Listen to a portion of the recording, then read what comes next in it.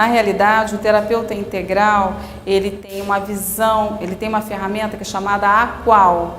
A qual é a possibilidade da gente ver qualquer situação, qualquer evento, qualquer cliente de uma posição um pouco acima, que a gente fala que é o terceiro incluído, onde você pode observar os diversos aspectos da consciência do seu cliente, né? E aí poder perceber qual é o melhor instrumento a ser utilizado naquele momento com o seu cliente. Então você tem sim que ter conhecimento de uma série de abordagens. Pelo menos assim, o princípio geral das abordagens, para você saber ou você é habilitado a seguir com técnicas daquela abordagem com aquele cliente, ou você vai recomendar aquele cliente para algum outro terapeuta. Então, assim, a abordagem integral é muito ética também, né? Porque ela percebe o seguinte, as abordagens têm limitações. Então, o grande problema hoje eu digo assim, da psicologia, da própria credibilidade com relação à psicologia, porque ela não se tornou ciência, assim como a medicina até hoje, assim, foi pela falta de precisão e falta um pouco de, isso não devia nem gravar, ética. Né? Porque a gente acha como terapeuta que a gente dá conta de todas as questões dos sintomas e nem sempre. Às vezes você precisa recomendar o seu cliente para uma questão medicamentosa. É importante recomendar para um psiquiatra, dependendo do nível da patologia ou da questão que ele traz. Nós também temos um sistema que se chama abordagem integral para abordar esse cliente. Então, as duas coisas correspondem. Existe uma terceira coisa, né, que é assim, a gente, primeiro, existe o que a gente chama de sistema do self, e através das linhas de inteligência, linhas múltiplas de inteligência, esse trabalho do modelo integral, ele foi baseado em alguns autores, né? Um deles foi o Howard Gardner, que desenvolveu as múltiplas inteligências. Então, existem algumas inteligências que são assim mais importantes para o sistema do self. E algumas linhas também que trabalharam o desenvolvimento da maturidade do ego. Então, o terapeuta integral, ele vai ser habilitado a reconhecer com que aquele cliente se identifica no seu sistema do self.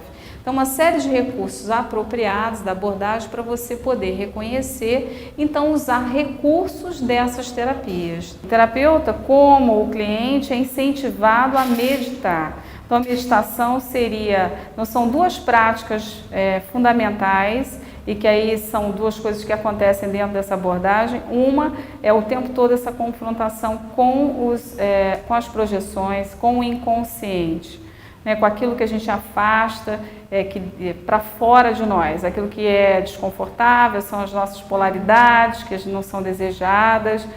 Tudo que a gente não desejar e tudo que a gente vê no outro e que acha, torce o nariz e tal, pode ter certeza que tem uma porção sua na história. Então, essa observação constante, essa plena atenção, isso é a outra prática, né? Então, assim, por isso hoje essa abordagem não tem muita gente treinada para fazer essa abordagem, né? Porque você precisa de ter uma prática meditativa, precisa já ter um treino nessa prática meditativa e ter um trabalho terapêutico constante, ou consigo mesmo, ou usando esses recursos que a gente ensina, que a gente aprende a fazer. Tem uma técnica chamada 3-2-1, que é muito legal. Vou falar aqui até porque fica interessante, assim, ilustra, né? Então, por exemplo, você escolhe alguma coisa no dia de hoje que te irritou, te chamou atenção, te incomodou, qualquer coisa. E aí você dá um nome para isso, né? Então, esse é o terceiro, depois eu explico por quê. Aí depois você conversa com isso, dialoga com isso como se você fosse os dois lados. Essa coisa, o que você nomeou, uma pessoa, por exemplo, uma pessoa é mais fácil. Fulano de tal fez isso comigo, me deu uma fechada e tal, você pode pegar, isso me irritou profundamente. Então eu coloco esse diálogo como se eu pudesse conversar com esse outro. O Jung vai chamar isso de imaginação ativa. A gente, nesse trabalho de sombra, chama esse diálogo com a nossa sombra, com a nossa projeção.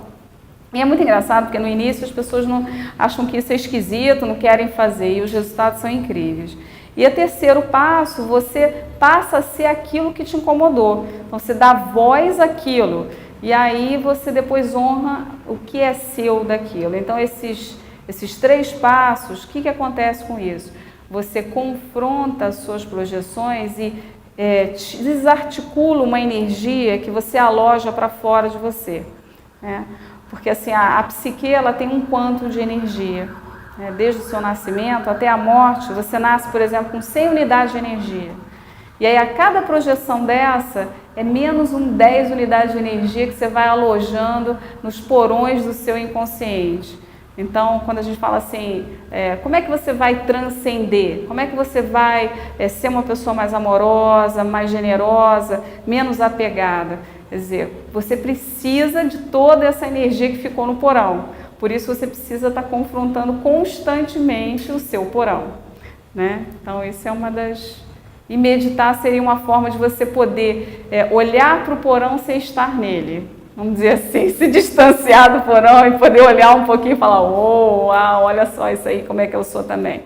Uma face da minha consciência que eu não reconheço, mas que sou eu também. O inconsciente e o supraconsciente são os opostos, né? Assim, o supraconsciente também é um tipo de inconsciente, que a gente vai falar de inconsciente emergente, quer dizer, é um potencial de realização humana.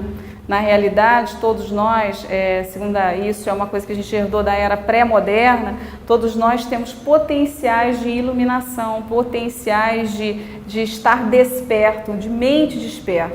De verdade, tudo que todos nós buscamos é essa felicidade, essa paz, esse bem-estar, alegria, né? Estar bem consigo mesmo. Então, assim, esse supraconsciente, ele é também um inconsciente, só que ele é um inconsciente não realizado ainda. É um consciente a ser alcançado. E o outro é um inconsciente que pode ser individual, pode ser um inconsciente coletivo, pode ser um inconsciente institucional. A gente tem vários tipos de inconsciente. E aí o que Freud dizia é o inconsciente individual. Nesse caso seria o mesmo, que a gente está... Quando a gente fala os porões, é então o inconsciente. Tudo que a gente reprime, ou tudo que a gente... Porque para ir para o inconsciente, alguma coisa aconteceu, né? A gente tem as nossas defesas, que são importantes até determinado tempo, só que o problema das nossas defesas é que com o tempo isso se torna automático e passa a atuar na nossa vida de uma forma, aí a gente fala, o inconsciente tomou conta de mim, porque o inconsciente ele vira autônomo, ele tem uma autonomia. Então, as nossas defesas elas são naturais e elas acontecem de acordo com os níveis, né, da nossa idade, de consciência, aquilo que está disponível na nossa consciência naquele momento, naquela idade, naquela fase, né? Então, assim, isso faz-se necessário um quanto de energia psíquica para você reprimir, alienar, para você tirar isso não sou eu, isso não é meu, eu não quero sentir essa dor, então essa dor não é minha. Essa sensação, essa voz dentro de mim, a não ser que seja uma questão patológica mais séria, isso não é meu. Então, esse não é meu, esse movimento não é meu, afasto de mim isso. Isso precisa de um quanto de energia psíquica para que você faça isso. Isso é física.